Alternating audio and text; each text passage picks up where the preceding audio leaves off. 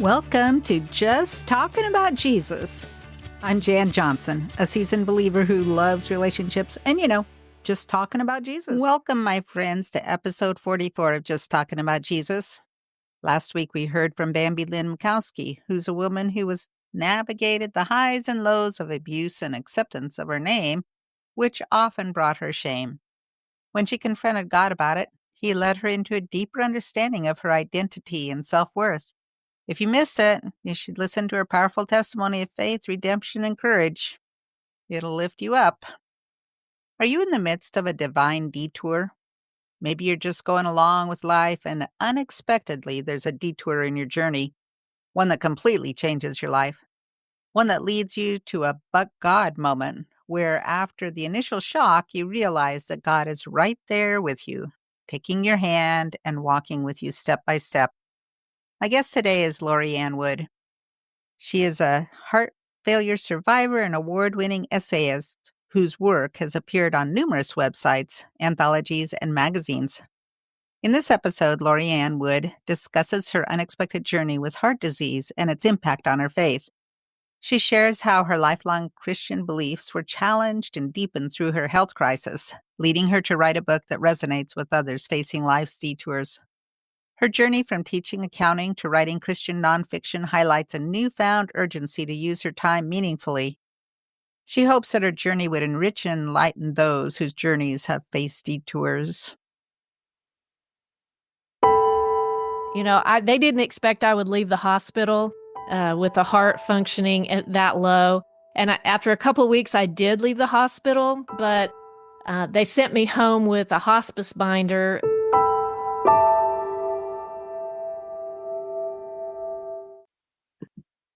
My guest today is Lori Ann Woods. Welcome, Lori. Oh, hi, Jan. It's great to be here. Yeah, good to be here. I read your book it's been almost maybe last summer, I think, is when I came to it first. I did it by audio, which I love because I live a half hour from town. So every place I go, it's just enough time to listen to a chapter or to something else to really ponder and think about. But let's start out. Tell me some about your testimony. You've been a Christian forever and ever, or you just what's your story? Yes, I look back and I think I've known about God almost as long as I've known about my parents, probably. I don't ever remember a time where it felt like new information to me. It was just, I was surrounded by it my entire life. And I married a Christian man. We raised our kids in the church, and it just felt like a part of who I was and my story. And there was a part of me that's always felt like I had this sort of family heirloom that got handed down to me. And what am I going to do with that? And so that was part of the story as I went along. But, I've been a believer all my life, and it sort of took a turn in there when things happened a few years ago, but not in a way that was kind of an aha, I understand God, or I understand salvation, but more in a deepening of my faith situation. Maybe God waited this long, for you to just have a solid foundation and to be able to go into something that was rough and still know that you already know He's there because He's been there for you at other times in your life, right? Yes, for sure. And that was part of that. I felt like I had been given that heirloom faith, so precious and so almost fragile, but I wanted to protect it so that I could hand it down to my kids. And I thought, when I hit this bumpy road, like so many of us hit in life at some point, I thought if I bring that family heirloom along on that bumpy ride, I might break it. And then I can't hand it down to my kids. And so I had this point where I knew God and I trusted Him, but I was a little bit afraid to really try out that faith and put it into practice when life was just felt like it was going off the rails. And I didn't know how that would end up. Mm-hmm. Well, and we never know. Yeah. We never know. And that's part of it. I think that's what makes us anxious sometimes. It's like if I only knew what was going to happen, then it's like, no, God, it's not like God says, no, you don't really want to know. Yeah. Just That's take it one step true. at a time. And we don't know all the things that we're protected from in that not knowing. One of the things that came up early with me was I just had this kind of peace in the middle of all the health issues that I was dealing with, this peace that came in that I'd heard about, but I had never really experienced it. And that was something that was such a blessing. My husband and I can both look back on that and say, wow, it might have looked like denial from the outside, but from the inside, we knew that this was that peace that we couldn't manufacture on our own. Yeah. Yeah. What a gift. Right. What a gift. Yes. It's like, I know you're going to go through all this kind of stuff, but here, I'm going to give you this piece and you're going to be able to make it through, right? Right. Right. And I don't know. It was a blessing to experience that because I had never experienced it before. And so many of the things, when I got that faith down and I took it on that rough journey, I started to understand some of the things I'd heard about but never experienced. And that was something that I was glad I got to do, even though it's not a path I would have picked for myself. And isn't it something that how it's like God has these things for us, but they fit every situation. Yes. They fit yours with your heart disease and they fit somebody else who's got, a child dying, or they fit something, whatever kind of thing that happens in your life, but it's the same Yeah. God with the same covering that he's got for all of us. Yes. Yes. That's one of the things about when I started writing the book, I was writing from what I knew, which was this diagnosis that I had. And I knew I was writing to a bunch of people who probably didn't have that diagnosis. And I thought, what do they care? How are they going to relate? But I think in ways that only God can, he engineered what I was writing so that it would apply to people that are going through other kind of detours like divorce or, like you said, loss of a child or bankruptcy, loss of any kind of dream, really. And that book took shape in a way that I never would have formatted on my own. And part of that was the shorter format in the essays that you were talking about with the audiobook. That was just I was in a place of deep pain and trauma, and I had a short attention span. And I learned that everybody that's in trauma situations or in deep pain have a short attention span. So as I was writing short pieces, that's just what my reader was needing, was short pieces. And so again, God's hand was in the middle of all that I didn't understand at the time. Isn't that cool? It's very cool.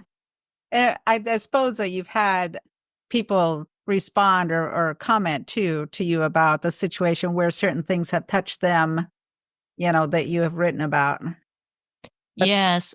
That I think of anything, I'm always surprised that someone would pick up my words and read them. I still am. And that is such an honor that someone would invest time, but then that someone would take that extra step and reach out and text or email or, send a physical letter. And that's when I know that this is something I need to be doing, because those are people that I would never have met. There was one lady that I had met just online. She used my book in a women's correctional facility in a state. I don't think I've ever even visited that state. And that's things that I couldn't have engineered. And it was to people ministering to people that really have nothing to do with my personal story, but in the same way it was. And so that's so validating, that personal connection for people that read it, that respond. And just hearing the ladies' comments from that class was it was humbling to me, because they've been through so many detours, and, generationally, the pain that some of them are bearing is it's a lot. And when something like that happens, at least when that happens to me, it's just kind of a confirmation that I kind of get the tingles, of like, oh, I really am doing what you want me to do, God. Right, right. Because I can step back and think, 10 or 15 years ago, if you had said that I would have a book that someone was using in a prison to teach when I You'd would be have going thought, like, who? yeah. Because I was teaching accounting in college 10 years ago, and I'd been doing that for 25 years. And so the thought of writing a Christian nonfiction book really, it wasn't really in the life plan, but clearly God had it in my life plan. I just didn't know it at that moment. Yeah, yeah. Well, let's go backwards. Let's talk about what did happen to you. What sparked this whole thing? Yeah. Well, it sort of all started it's been about 9 years ago. It started with the medical evaluation for a life insurance policy, actually. And I was trying to figure out if I could get preferred life insurance. And they said, you're in great health and you have less than 3% chance of ever developing heart disease in your lifetime. And I wasn't very surprised about that because I've always been really healthy. I've always had low blood pressure and low cholesterol and all good numbers. And I thought I was eating right and all the things. And then about 3 weeks after that evaluation, I just wasn't feeling well. And I'd gone to convenient care a couple of times that week, and they gave me an inhaler and an antibiotic. And I knew that wasn't it somehow. And when I finally went to my PCP later that week, he listened to my heart with a stethoscope and said, if we're lucky, it's pneumonia. And what he found instead with the chest x-ray was an extremely enlarged heart. And I was admitted into cardiac ICU with my heart functioning at just 6%. So that was something I never saw coming because I don't have any family history and I don't have any risk factors. So that took some getting used to the idea that is part of my story. Mm-hmm. Yeah. And absolutely a detour. Yes. Yeah. Yes, it really was because they didn't expect I would leave the hospital with the heart functioning at that low. And after a couple of weeks, I did leave the hospital, but they sent me home with a hospice binder, and I was wearing an external defibrillator vest that I wore for 9 months and onboarded all these medications. And we just kind of waited for about 18 months, and really nothing happened. I was alive, but nothing much happened. I did get an internal device at that sometime within that time frame, but it just nothing really affected my heart function in a meaningful way. And I had, during all that time, I had so much prayer support and so much church support and so much care going on. I couldn't imagine that, something wasn't going to turn around in my favor. And it actually did temporarily. My heart function, I came down with appendicitis, and my heart function at that moment showed near normal. But it was a temporary normal.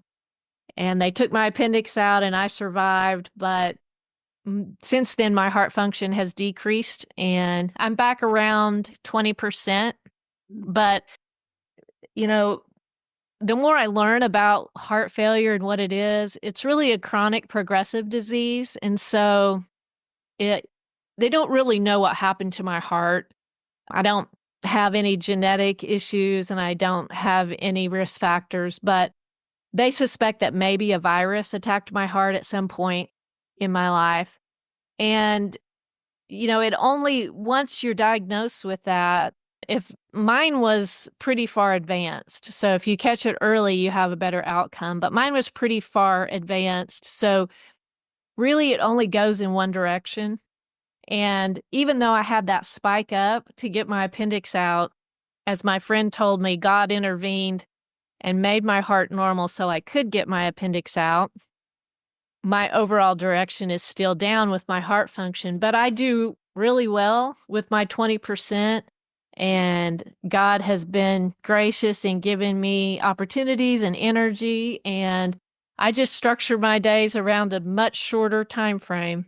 Mm-hmm. And that's kind of how we do it, and see what next God has for me.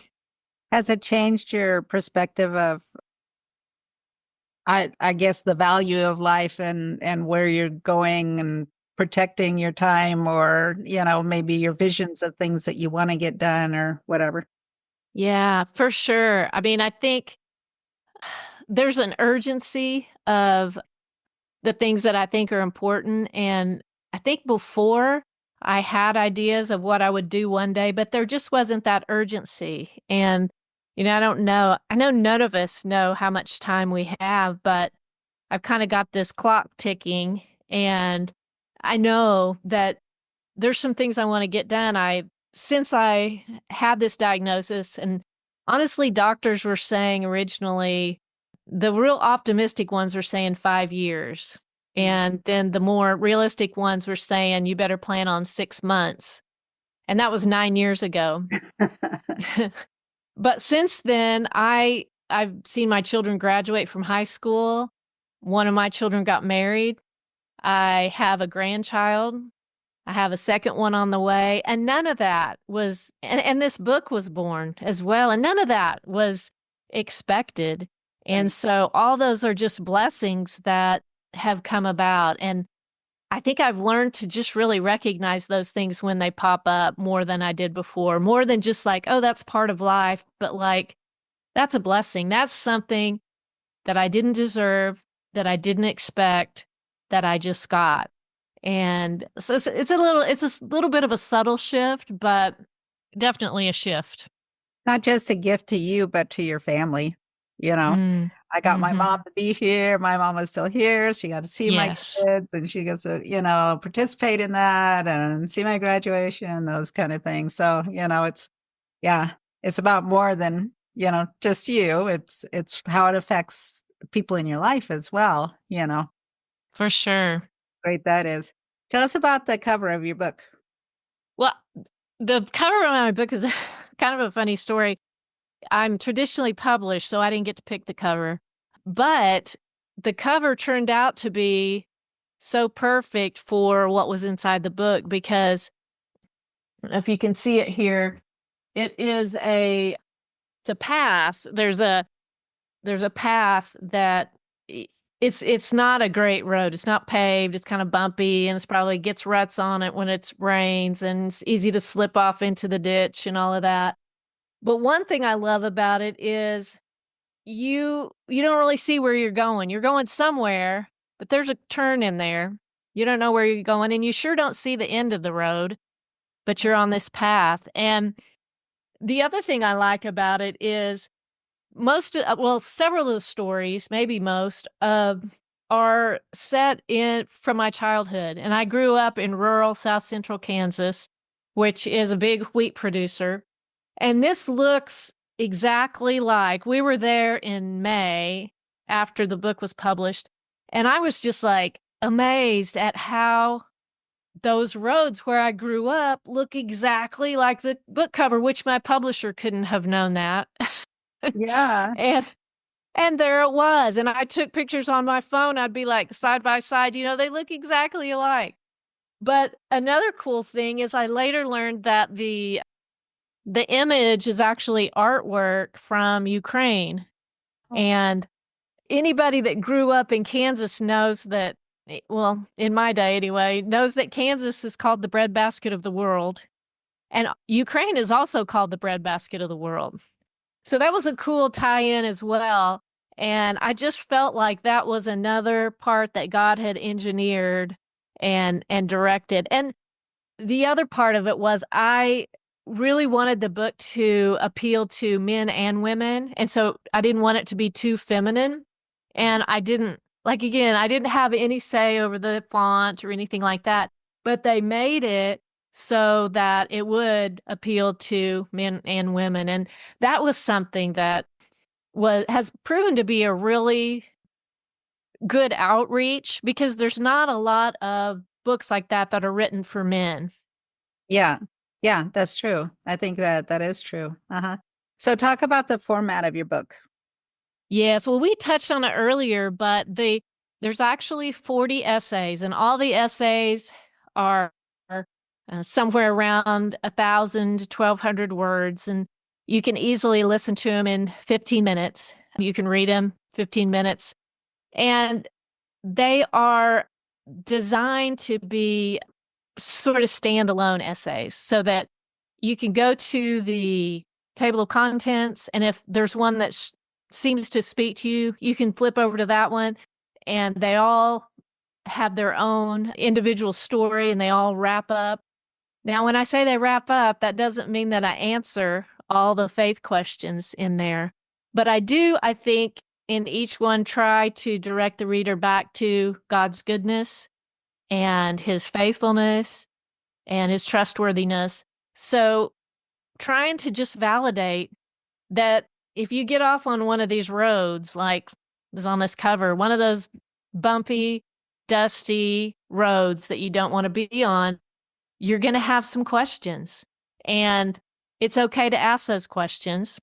And that's what the essays are really supposed to be about, is enabling and really empowering people to, even if you've been a believer all your life, that it's okay to ask some faith questions when you're on that road, because otherwise you might just be silent with him. Yeah. Yeah. So although sometimes that being silent might be a time when you're actually listening to him. Yeah, that's true too. In between. What's one of your favorite stories or parts that's in there?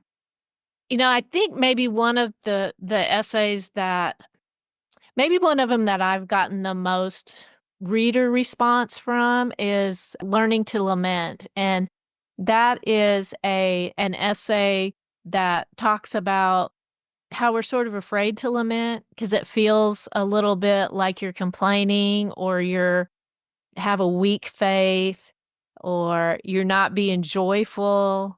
And that sometimes doesn't sit well with us as believers because it feels messy.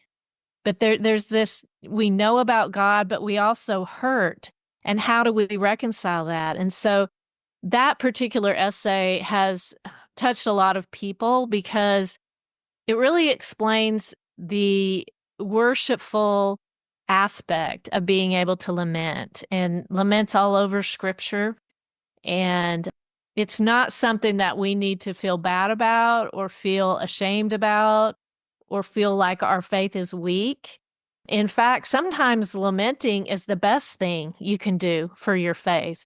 And so that essay has really been one that people have felt like it validated some of their feelings when they were hurting deeply. Mm-hmm. Mm-hmm.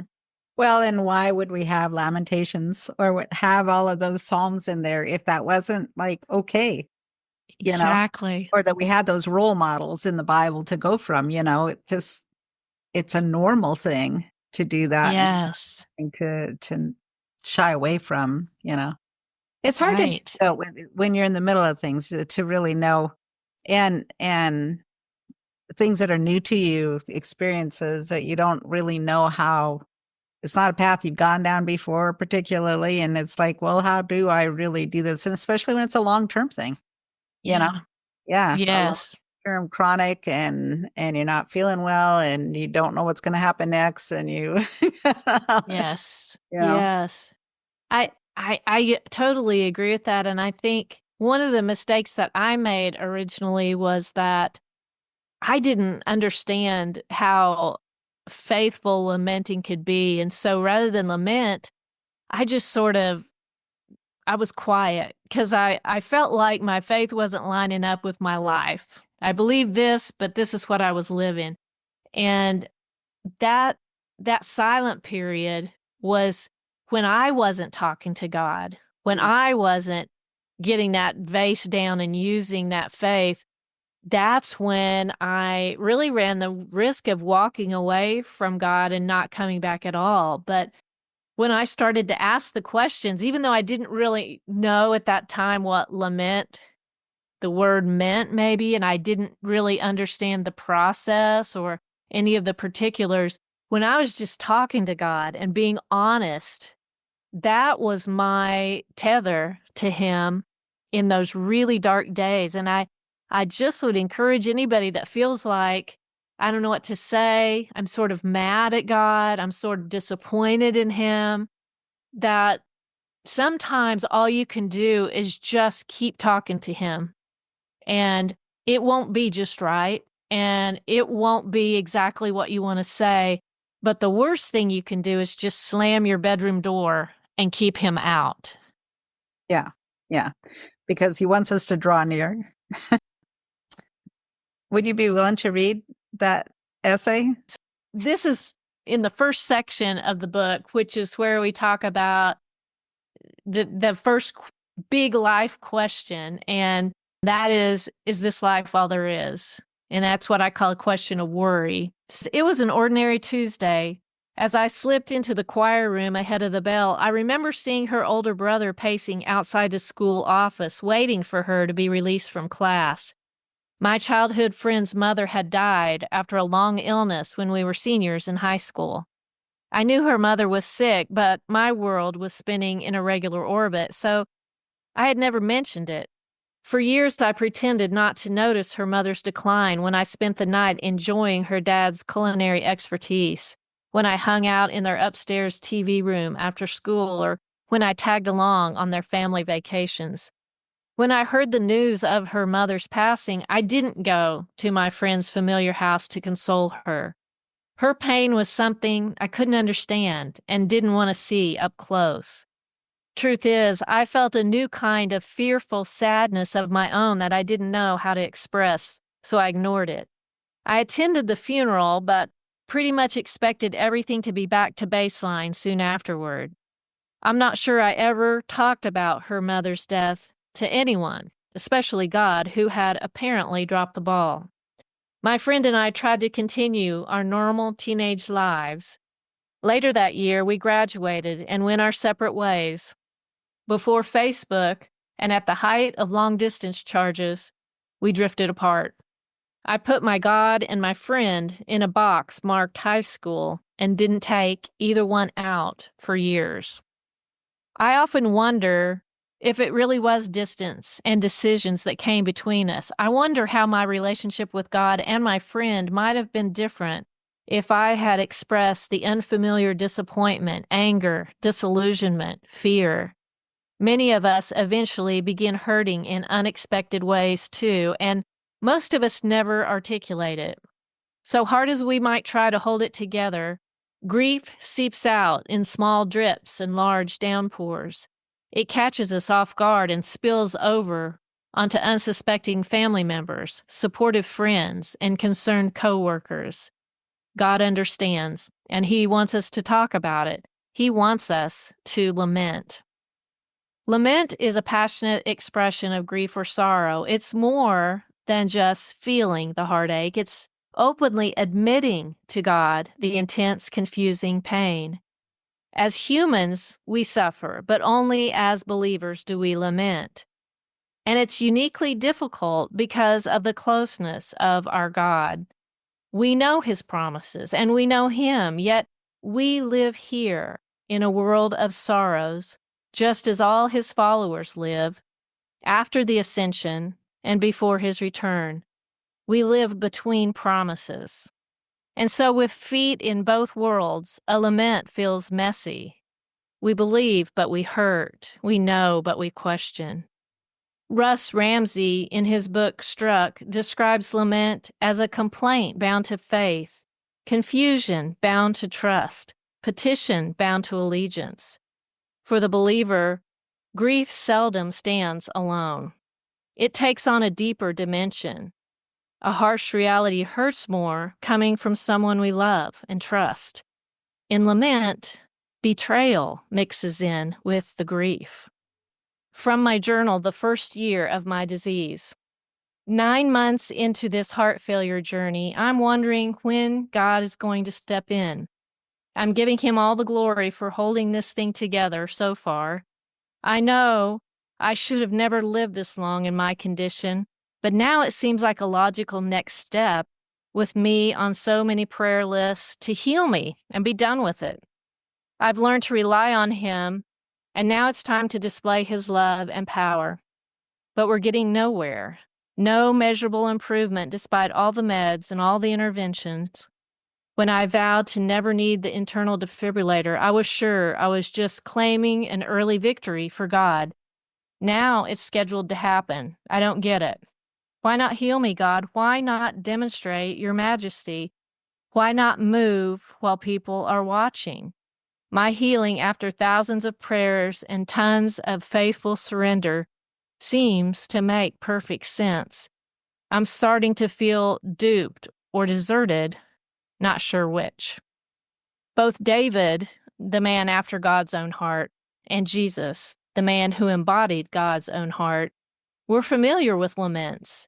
Each cried out to God when his belief didn't seem to match his experience. Jesus pleaded for answers in Gethsemane with the impending crucifixion, and at Golgotha in the middle of it. I don't like where this journey with you is taking me. Let this cup pass, he said in Matthew 26:39. Why have you forsaken me? In Matthew 27:46. David, dismissed, hunted, and rejected, penned nearly half the Psalms, and 1/3 of those are laments. How long? Why? Where are you?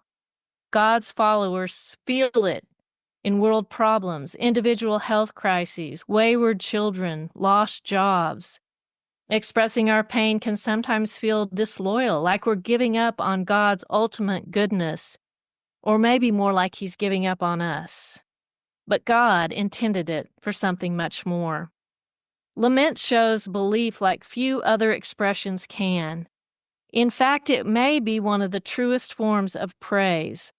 Lament reaches out for Him when logic urges us to run away. Mark Rogo says, the practice of lament is one of the most theologically informed things a person can do. Psalms, Lamentations, Ecclesiastes all focus on hurt and expressing it. They range from personal pain to shared suffering, and almost always end with a statement of confidence in the goodness of God, in praise. When we lament, we sift the truth out of difficult feelings and harsh realities. Still in the thick of pain, sometimes a lament feels like we're abandoning our faith, but it's just the opposite. Lament announces that even though we don't like what's happening, we're choosing to trust. When we lament, we are re-upping our belief in this God we don't understand. We say, I believe you exist. Just like I wouldn't send a letter or make a phone call to someone I didn't believe was real. By communicating to God, I'm confirming that I know He's there. I believe you're powerful. I can't hold someone accountable unless I believe they have the power to affect a different result. The fact that you're complaining to God means you know He could have done something about it, and that He can bring about a different result in the future. I believe you love me.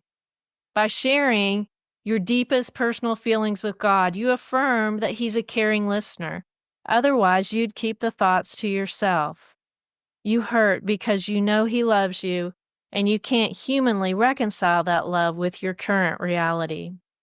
So rather than suffocating it with silence, lament breathes life into our relationship with Him so no struggle is off limits.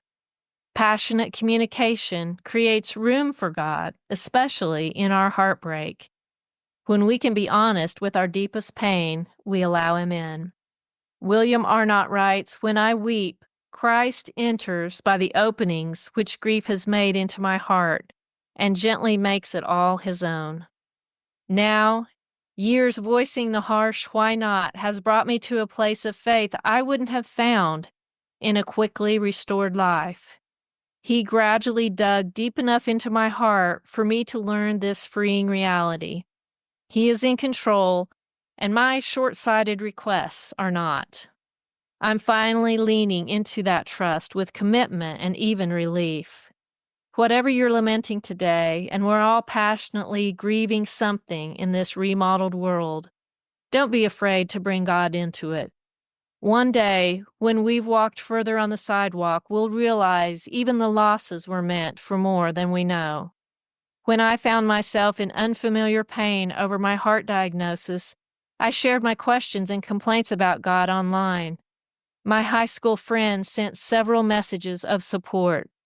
This friend also sensed how I was hurting because I couldn't be with my parents during their health struggles. Living nearby, she reached out to offer her help. I know she understands my pain, and I see her decades-old hurt being used for good.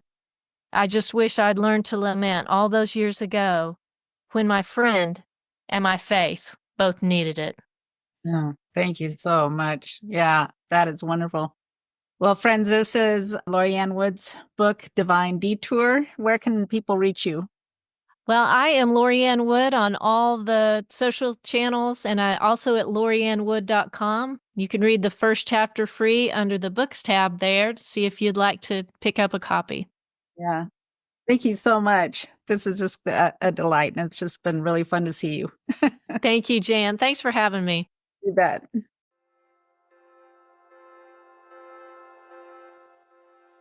It was such a blessing to interview Lori-Ann. She is such a gentle personality, and it was nice to listen to what her journey had been like, the things that she didn't expect, how God had moved her in a place of realizing that she could die at any time because of her heart failure, and really taking on her new journey. It's interesting how we can be going along and life is just hunky-dory, not anything really major, but I think it's the major things that happen to us in life that bring us so close to God, to really the questioning and the wondering and seeking scriptures and finding out more about the nature of God, and always realizing that He's right there with us through everything. So I'd encourage you to get a copy of her book. It's really a blessing. And I listened to the audiobook with I'm in the car a lot. So it was good for me to be able to do that. Her chapters are in fairly short snippets of things, but they really wrestle with things that all of us wrestle with. So not just like, oh, everything's all going to be great. It's not always just great, and so anyway, I found it to be a really motivating and inspiring book. So thank you for listening. And I want to remind you that if you prefer to watch these episodes, they are on YouTube, so you can check that out in the show notes. And if you are watching on YouTube, you might consider subscribing, because just as when you subscribe to this podcast and get notifications when new episodes are out, the same will happen if you subscribe to my YouTube channel. And then you won't miss an episode. And I would thank you to make comments as well, because that helps me see where I'm going with these podcasts and just to know what makes you want to keep listening. So I'm going to leave you with this scripture, Lamentations 3:25, 31, and 32. For no one is abandoned by the Lord forever.